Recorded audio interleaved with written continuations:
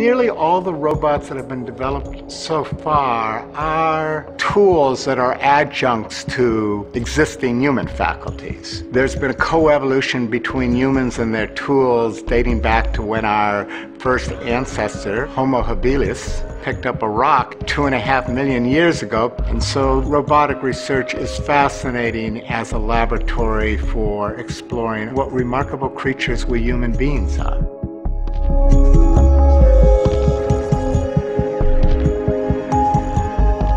Certainly as a kid, I was always fascinated by robots.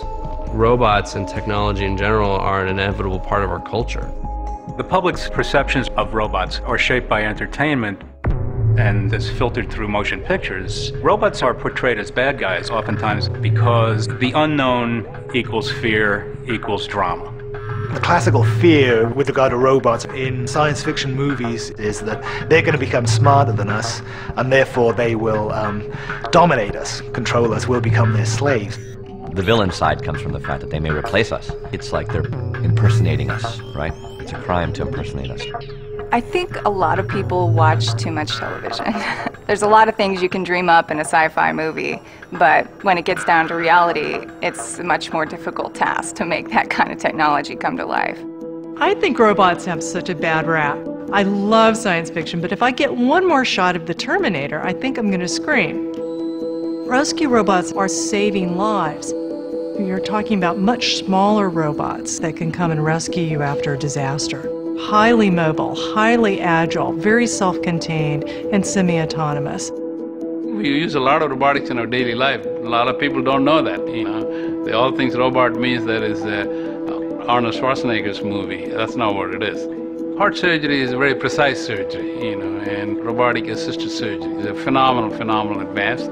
You sit in a console where your movement is translated through the computer to these tiny instruments and is very precise. This is the least invasive type of surgery. So now the patient can go home in about 2 or 3 days. Some people obviously have some preconceptions about robots, maybe from what they've seen in movies or whatnot, but I think over time, as people become more familiar with technology in all areas of their life, they're going to come to better understand what benefits this type of technology could provide people. I think the world's a better place with robots, and we need more of them. A lot of people think of Honda as just an automobile or a motorcycle company, and they really are surprised to learn that there's this research program in robotics and that Honda has developed a robot, Osimo. The goal is to eventually have a bipedal humanoid robot that can be helpful in a person's home. People sometimes ask, well, why would Honda go into bipedal mobility? And I think the answer is in the word mobility itself. Honda's always been a mobility company. The whole development started in 1986, and at that time, the general thinking, even among specialists, was that it would be impossible to develop a bipedal robot. 不可能にチャレンジしてみようということで、開発がスタートしたわけです。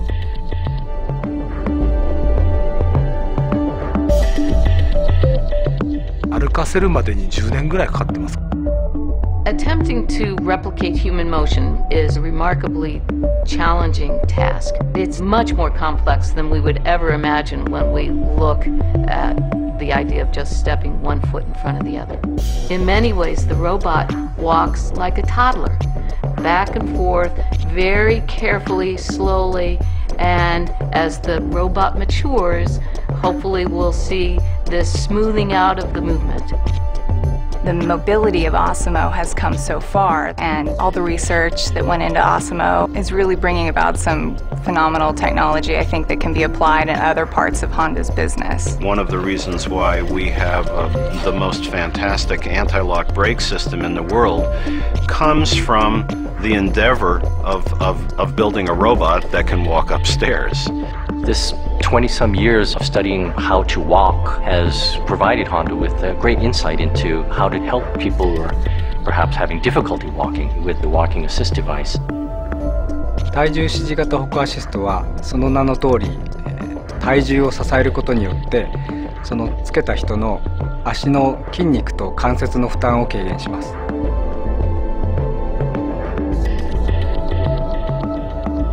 人の歩行をさまざまな角度で研究してます。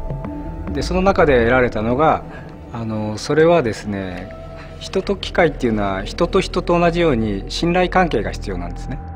In educating people about robots, one thing that we notice, and this has been pulled together by many studies by many people, sort of the animist fallacy. If it moves, you think it's alive. And many people think robots were just simply creepy. そこが克服できないと人と共存できないんだと思うんですね。で例えば、人型のロボットでそれこそ人間と同じような顔の形、多分それは気持ち悪いというかちょっと恐怖だと思うんですね。The Japanese scientist Mori proposed something called the uncanny valley, and his basic proposition was that humans would feel more and more comfortable with a robot that has 2 legs and 2 arms versus one that has 20 arms. But when they got too close to being like humans, there was a significant drop-off in the comfort level with those robots. 私の場合、ロボットの研究というのを23年続けてきたんですけども、その時に非常に工夫したのは、例えば顔が特徴なんですね。目が見えるようで見えない、口があるようでない。から最後に、家の中で役立つロボットにするためには、そういったサイズの中にいろんな、培った伝送技術であるとかそういうものを全て、入れ込んで、小さいサイズで親しみのあるデザインで、そのロボットが、一歩を踏み出して歩かした瞬間、これが一番印象に残ってます。Honda's come a long way with Osimo, but there's still a long way to go.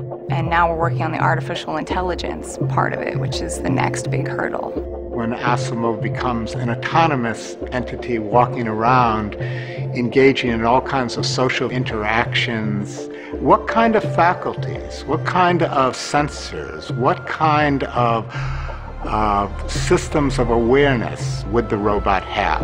And how will the robot evaluate new situations it encounters? What should the robot do? 私が考えますアシモの存在というのはですね、やはり新しいものにチャレンジしていくというその一つの姿、それが一番大きかったんじゃないかと思うんですけど。I think Ashimo will serve as a very important stepping stone into the future. The realm of possibilities is always expanding. It's kind of like a mirror that we hold up to ourselves.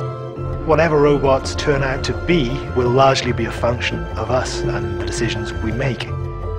Part of the fascination with robots is just that.